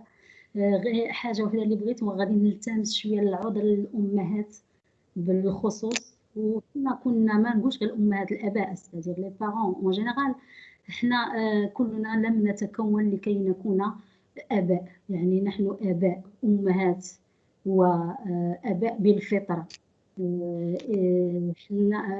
surtout pour les profanes, c'est-à-dire الناس اللي ما تحتش لهم الفرصة أنهم يبحثوا مزيان في هذا المجال. Il y a un manque d'information et de formation à ce sujet-là. Donc حنا كنا أمهات وأباء بالفطرة، ديما داك لو بروميير enfant كنديروا عليه جميع النظريات إلى آخره. حنا محظوظين en tant que chercheurs et que chercheuses أننا on a foncé dans ce domaine-là, on a essayé de chercher et de creuser, si vous voulez dire, dans les caractéristiques de la petite enfance. Nous avons, c'est-à-dire de la chance parce qu'on a cette possibilité de la recherche. Même pour les autres parents, les autres mères, les autres papas, ils ont leurs justifications. حتى واحد فينا ما تكون باش يكون اب ولا باش يكون كاع زوج ولا زوجه، يعني كنمشيو غير بالفطره. ولكن حنايا في هاد لا كوميونيتي الحمد لله on va essayer de propager l'information vers les éducateurs, les éducatrices qui sont eux aussi et vers nous-mêmes qui sont aussi et elles aussi des mamans et des papas. Voilà, à vous la parole. Nous avons d'autres interventions. Il y a Madame Naïma Mas. Madame Naïma. Oui, bonsoir, mes chers. Bonsoir. Ma chère. Oui, je suis très, très, très contente parce que déjà, je connais le calibre de mes chers Samar et ma chère Husnia. Et parce que c'est une discussion dirigée par des femmes exceptionnelles, parce que c'est l'homme fort et parce que c'est un sujet très intéressant. Je vais partager avec vous un bout d'expérience et puis j'ai une question. J'ai eu deux enfants qui ont été très, très, très, très actifs et c'était difficile à gérer. Mais j'ai eu la chance d'avoir exercé un travail qui m'a permis de m'en occuper moi-même. J'ai beaucoup lu pour gérer la situation. C'était des enfants qui couraient partout, qui avaient besoin de crier s'ils ne sortent pas, etc. J'ai géré la situation en les faisant sortir tous les jours parce que heureusement, j'avais cette possibilité. Les enfants, il ne faut pas les enfermer toute la journée. Il faut les faire sortir. Et puis, après, on commençait à me donner des conseils, de les emmener voir un médecin ou un psychologue pour donner des traitements. Et en étant maman, moi, j'ai jugé que ça ne doit pas se faire. Un enfant doit bouger.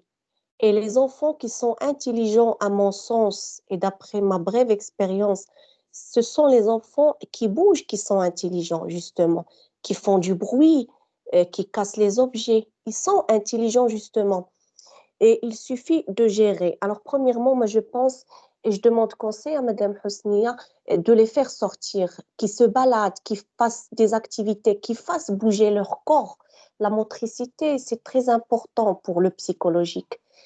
Et on fait attention à ce que les enfants mangent. Les enfants, ils ont besoin de beaucoup de sucre simple.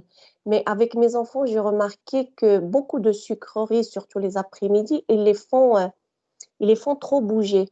C'est-à-dire que le problème, il devenait plus grave. Je dis problème parce que quand on sortait au restaurant ou en famille, c'était vraiment intenable. Quand ils ne sont pas sortis faire une petite balade, j'arrive plus. Ils deviennent carrément agressifs. Et c'était difficile à gérer. Et dans notre société, ce n'est pas acceptable. Les enfants qui font la loi, qui bougent, etc. Ce n'est toujours pas acceptable. Mais ma question, c'est par rapport à une nièce. J'ai une nièce de 3 ans et elle crie beaucoup. Et personnellement, moi, je trouve pas la solution. Ma question à Madame Husnia, est-ce que ça peut avoir un rapport avec la période d'âge? C'est la crise du non, du refus de tout, de réclamer des choses, hein.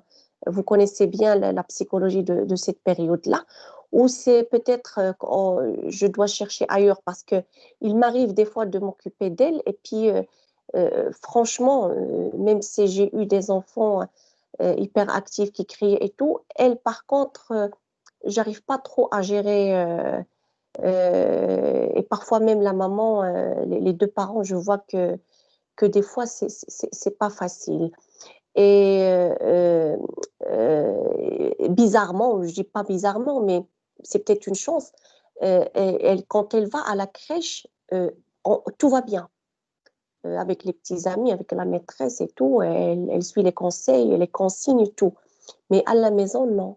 Elle doit faire la loi, et puis quand on ne lui permet pas de faire la loi, là, c'est des crises de crier partout dans tous les sens, etc. Et voilà, c'est ma question. Et merci beaucoup. Et je crois, d'après mes lectures, d'après mon expérience en tant que maman, et je continue encore parce que j'ai toujours les enfants à la maison, que au préscolaire, on ne doit pas apprendre aux enfants ni à lire ni à écrire, qu'à jouer. Ouais, c'est ma conviction. Je ne suis pas spécialiste de la période, du cycle, ni de l'âge. Je n'ai pas fait des études là-dessus, mais enfin, c'est une conviction. Les enfants, ils ont surtout besoin de jouer, de bouger. Et si on éclaire les parents là-dessus, d'autant plus que maintenant, on a plus les appartements étroits. Les enfants, on les enferme. C'est rare. Il faut avoir un certain niveau socio-économique pour avoir une terrasse ou un jardin. Et moi, je pense que c'est grave pour les enfants. Merci, Voilà, merci merci beaucoup. Naïma Merci. d'avoir partagé avec nous votre expérience personnelle. Alors, à vous la parole, Madame Husnia, pour répondre à Madame Naïma. D'abord, je salue vivement et chaleureusement et tout ce que vous voulez, Madame Naïma. Nana. Bienvenue parmi nous. Merci. Merci, ma chère, merci. C'est-à-dire, je vous respecte c'est-à-dire énormément. J'ai eu c'est-à-dire la chance de vous rencontrer dans un colloque, si vous vous souvenez très bien. Donc, j'ai quelques sentiments envers toi. Je vais te tutoyer parce que tu es une amie. D'accord? Oui, donc, oui, marhaba, marhaba. Donc, concernant votre question, bien sûr, comme vous savez, je ne suis pas une spécialiste en la matière, dans les troubles de personnalité, etc. Mais bien sûr, j'ai eu l'occasion de chercher dans ce domaine et de creuser et de collecter beaucoup d'informations concernant la petite enfance. Donc, je ne me considère pas comme une vraie spécialiste, bien évidemment, mais bien sûr, je peux partager avec vous quelques, c'est-à-dire mes modestes, c'est-à-dire informations concernant ce domaine.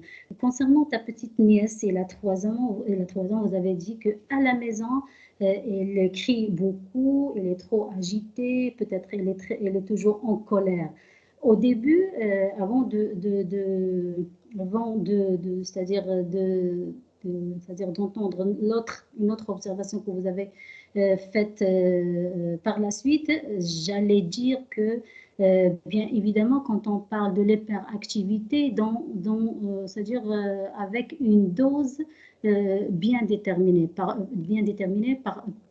comment, c'est-à-dire je vais expliquer l'hyperactivité et non pas l'hyperactivité trop excessive, parce que si on entre dans ce volet-là de l'hyperaction trop et l'hyperactivité trop excessive, peut-être qu'on peut, c'est-à-dire classer ce comportement comme un comportement, c'est-à-dire on va dire, des troubles de la personnalité. Donc, c'est vrai que l'enfant du préscolaire ou alors l'enfant de la petite enfance, si vous voulez dire, il est hyperactif ou c'est très normal, il est dynamique, il est. Mais si cela dépasse, c'est-à-dire, on va dire, la norme, ou alors dépasse ce qui est acceptable, ça va devenir vraiment un problème et c'est qu'il faut aller voir un spécialiste pour qu'il puisse vous aider à à détecter le problème ou résoudre le problème. Mais par la suite, vous avez dit en parallèle que dans la crèche, tout va bien. À ce niveau-là, on va, c'est-à-dire, je m'arrête là et je vais dire que donc, il y a un problème peut-être à la maison. Je ne sais pas parce que c'est illogique d'avoir un enfant qui a un comportement à la maison différent de son en général de son comportement à la crèche. Habituellement et généralement, c'est l'inverse c'est-à-dire qui arrive. C'est que l'enfant dans la crèche, il crie beaucoup, il est en colère, il est fâché, mais à la maison, à côté de ses parents, normalement, il est gâté, il est c'est-à-dire la plupart du temps, il est calme, etc. Donc là, en réalité, je crois qu'il y a un problème au sein de la maison, puisque la crèche, tout va bien, à mon sens. Vous avez parlé, Madame Naïma, d'une chose très, très importante, c'est que vous avez dit qu'au niveau du préscolaire, ce n'est pas de l'apprentissage, ce n'est pas le moment d'apprendre à lire, c'est-à-dire à apprendre. C'est le moment de jouer. Et via le jeu, on peut faire passer beaucoup de valeurs. C'est le moment de travailler sur la personnalité de l'enfant, sur ses valeurs, sur sa façon, comment il se comporte avec l'autre, comment il accepte l'autre, comment il va accepter soi-même, comment il pourrait garder son égocentrisme sans pour autant négliger et c'est-à-dire écarter l'autre, etc.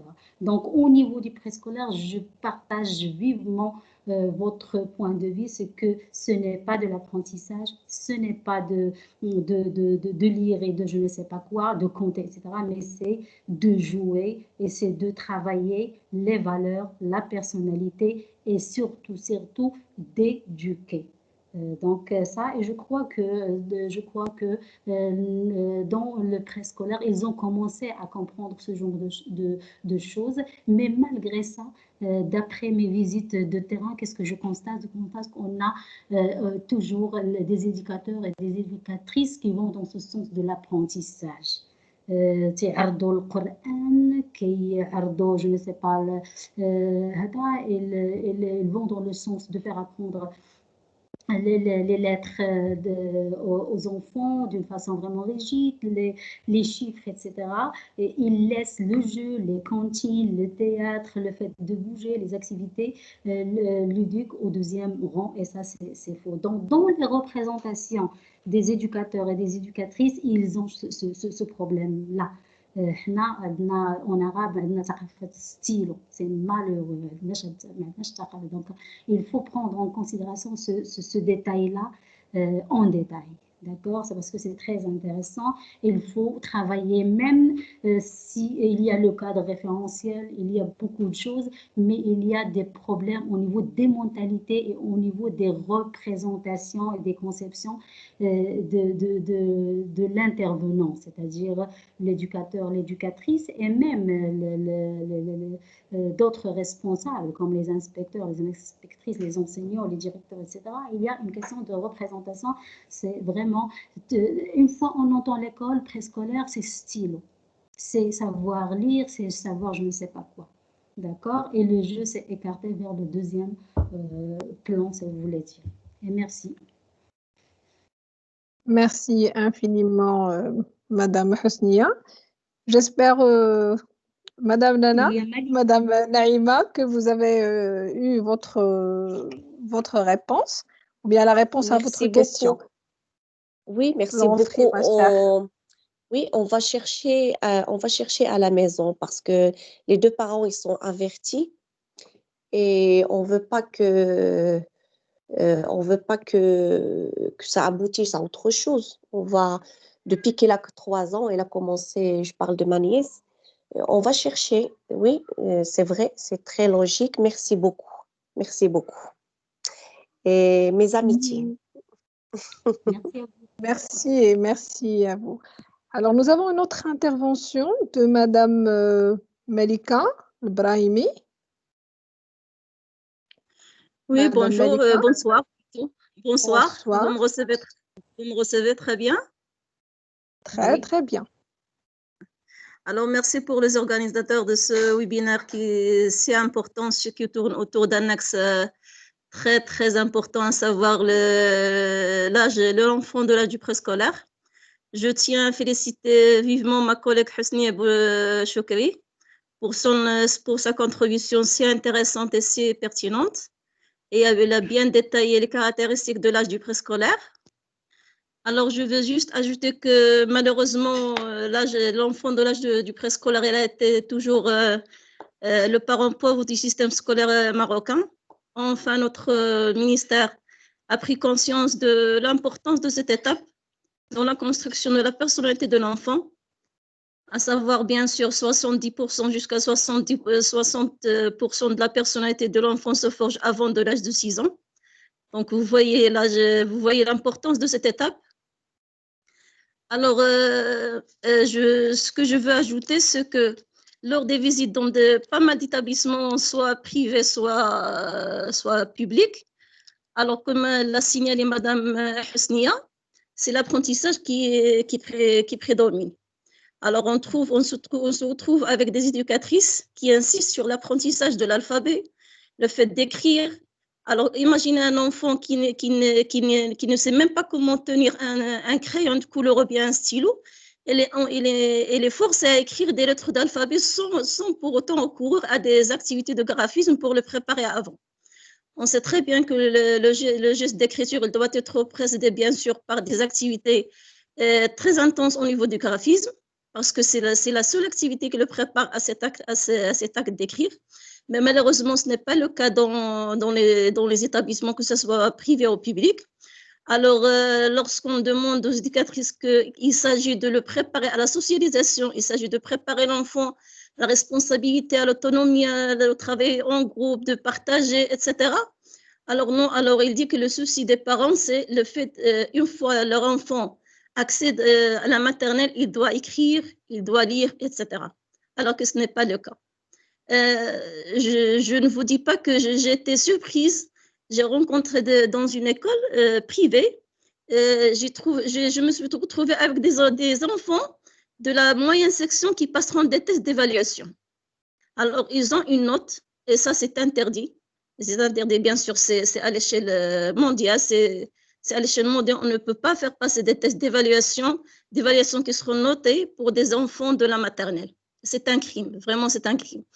Alors, à mon sens, qu'est-ce qu'on doit développer chez un enfant, normalement, du préscolaire? Pour toute activité d'apprentissage, il doit être normalement axé sur le jeu. Donc, on doit viser les activités ludiques. On doit procéder à des travaux d'atelier. C'est là où on va véhiculer pas mal de valeurs. Le fait de travailler en équipe, le fait de partager, le fait de respecter l'autre, le fait de donner son point de vue, etc. Donc, on va te persuader. Donc, on est en train de construire une personnalité qui est assez normale, assez correcte. Voilà. Une autre chose, il faut veiller à l'enrichissement du capital lexical.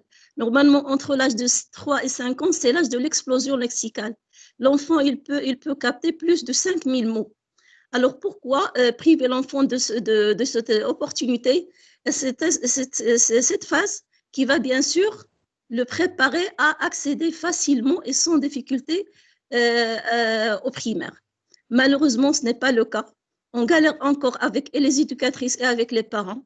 Les parents, ils exigent à l'école que leurs enfants apprennent à lire et à écrire sans pour autant accorder aucune importance ni au jeu, ni à la cantine, ni au théâtre, ni au chant, ni à rien. Et ça, c'est un problème. Vraiment, c'est un problème qui persiste au niveau du terrain. Alors, je ne peux pas ajouter plus parce que malheureusement, je suis atteinte de la Covid-19. Je suis en période de confinement. Votre contribution, Madame Husnia, a été très bien réussie. Et merci à vous, merci à toutes et à tous qui ont bien sûr organisé ce webinaire assez important. Merci à vous encore une fois. Prompt rétablissement, Madame Malika, on vous souhaite prompt rétablissement.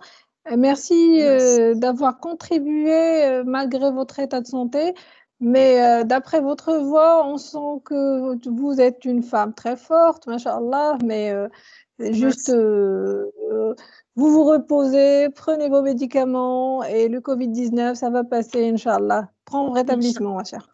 Inch'Allah, À merci. vous, Madame Husnia, à vous. Malika, c'est une amie très chère, d'accord, Malika, oh là là. Merci, oh là là, merci beaucoup d'avoir assisté à cette rencontre. Je ne savais pas que vous êtes attaqué par la Covid. الله يشافيك والله العظيم نطلب الله معك أن ربي تدوز هذه المرحلة إن شاء الله.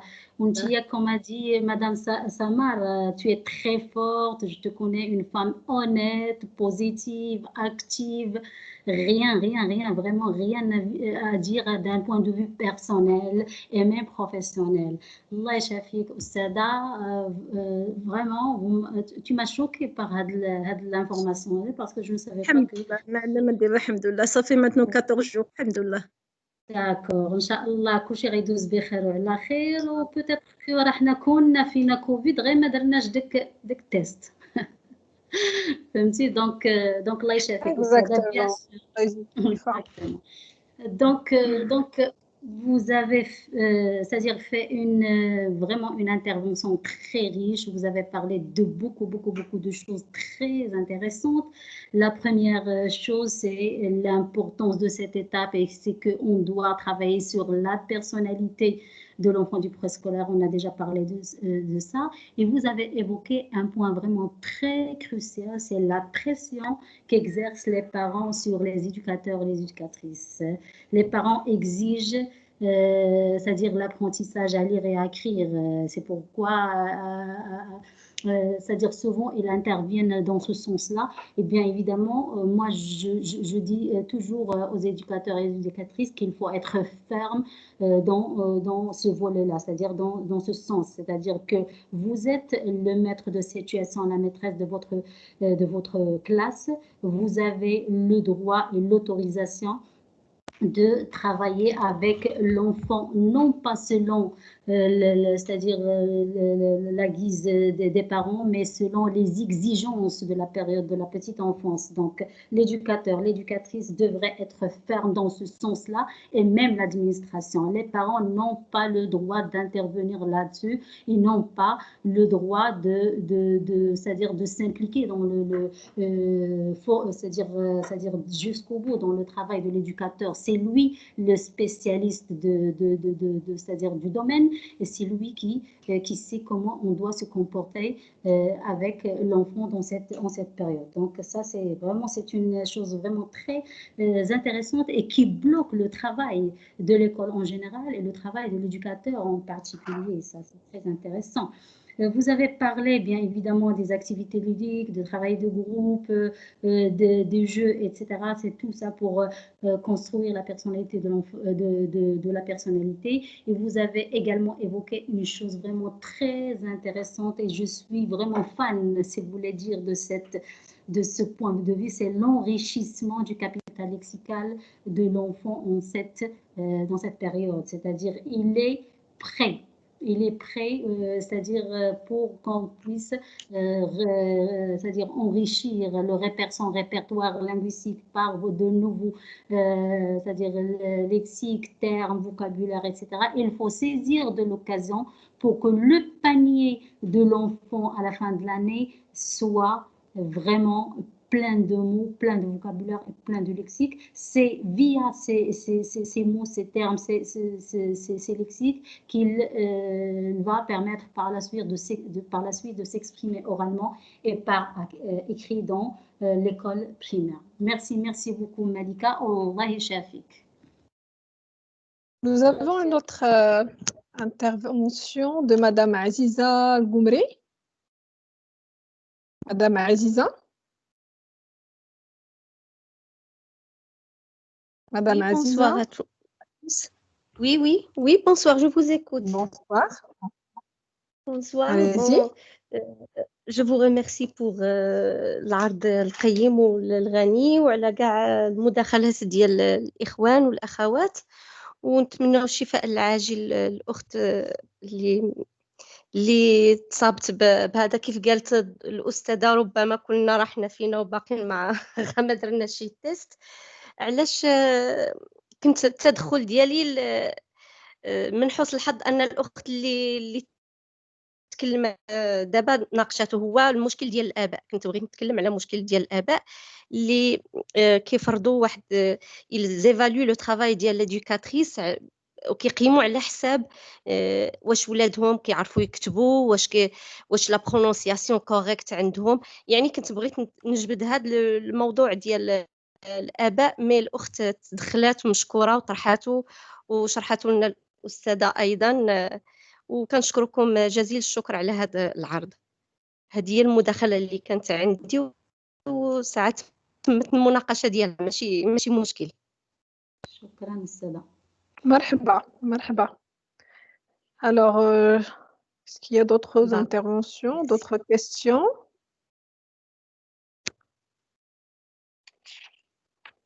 Ben, je crois qu'on est... C'est Karim? Je vois rien là sur... Oui, madame. Aucune intervention. aucune question. صراحة عرض شيق ولقاء كان شيق جدا، كنشكروا الأستاذة حسنية شكري. Alors, je crois qu'on est arrivé à la fin de notre rencontre. ما سخيناش بالأستاذة. أنا والله ما سخيت بكم. Alors, en fait, je réitère mes remerciements à Madame Husniya Choukri d'avoir répondu à notre invitation. Ensuite, pour l'exposé si riche et si utile, et pour les réponses et les éclaircissements. Un mot, Madame Choukria? Husniya, pardon. À chaque fois, je vous appelle, je m'excuse. J'ai une amie qui s'appelle Choukria et je l'aime beaucoup. ماشي انت لا بروميير، راه كاع كلشي كيوقع في هذا لو بروبليم. دونك استاذه. Oui, un dernier mot. ربي يخليك. اللي بغيت نشكركم بزاف بزاف بزاف. علاش اللي ما نقبلش لانفيتاسيون؟ بالعكس هذا سي ان بليزير بور موا، سي ان اونور. نتوما بعدا كبرتوا بيا، الله يكبر بكم. وبالعكس انا جو سوي توجور ديسپونيبل سي جي كيلكو شوز ا بارطاجي افيك فو. الله يا ودي، وانا جابخون بوكو افيك فو. ميرسي ميرسي انفينيمون. سي فريمون سيتي فريمون انا ما سخيش ان فري بليزير de partager avec vous, de discuter. C'était trop riche. Les questions, les interventions, c'était vraiment très bénéfique pour nous tous et toutes. Et je voudrais c'est-à-dire remercier notre chère animatrice Samar et attirer l'attention sur la qualité de l'animation. Vraiment bravo, bravo, bravo. Une très belle animation avec des récapitulations, avec des ajouts, avec des interventions. Vraiment, vraiment, c'était l'animation. Au niveau de l'animation, c'était très, très, très, très riche et très, c'est-à-dire, on va dire, qui va dans le sens de l'expertise. Bravo, j'ai appris beaucoup de choses avec vous, Madame Samar, et avec les autres intervenants. À travers les questions, etc. Vraiment bravo. Je suis vraiment très satisfaite. وشكرا بزاف لأنك كبرتوا بيا وعيدتوا لي. الله يكثر خيركم. شكرا بزاف. يكبر بك أستاذة. Tout le plaisir est pour nous. Tout le plaisir est pour nous. Légitimement, شرفتينا. Ou vraiment la qualité de l'intervention, ديال les questions. Ça se voit que vraiment le sujet a touché quelque chose. اللي كانت غايبة علينا كلنا مضرورين. Parce que la petite enfance كلنا عندنا الوليدات ولا عندنا الخوت ولا عندنا les nièces ولا عندنا donc quelque chose qui nous touche de près ou de loin. Donc, merci infiniment, madame. Shukran jazilan. Et merci à vous. Allah يبارك فيك, Allah يبارك فيك, أستاذة. تبارك الله عليك. Et merci à vous, chers auditeurs et auditrices. Espérons vous rencontrer la semaine prochaine dans un nouveau sujet avec un nouvel intervenant, intervenante. Bonne fin de week-end et au revoir. Au revoir, merci beaucoup.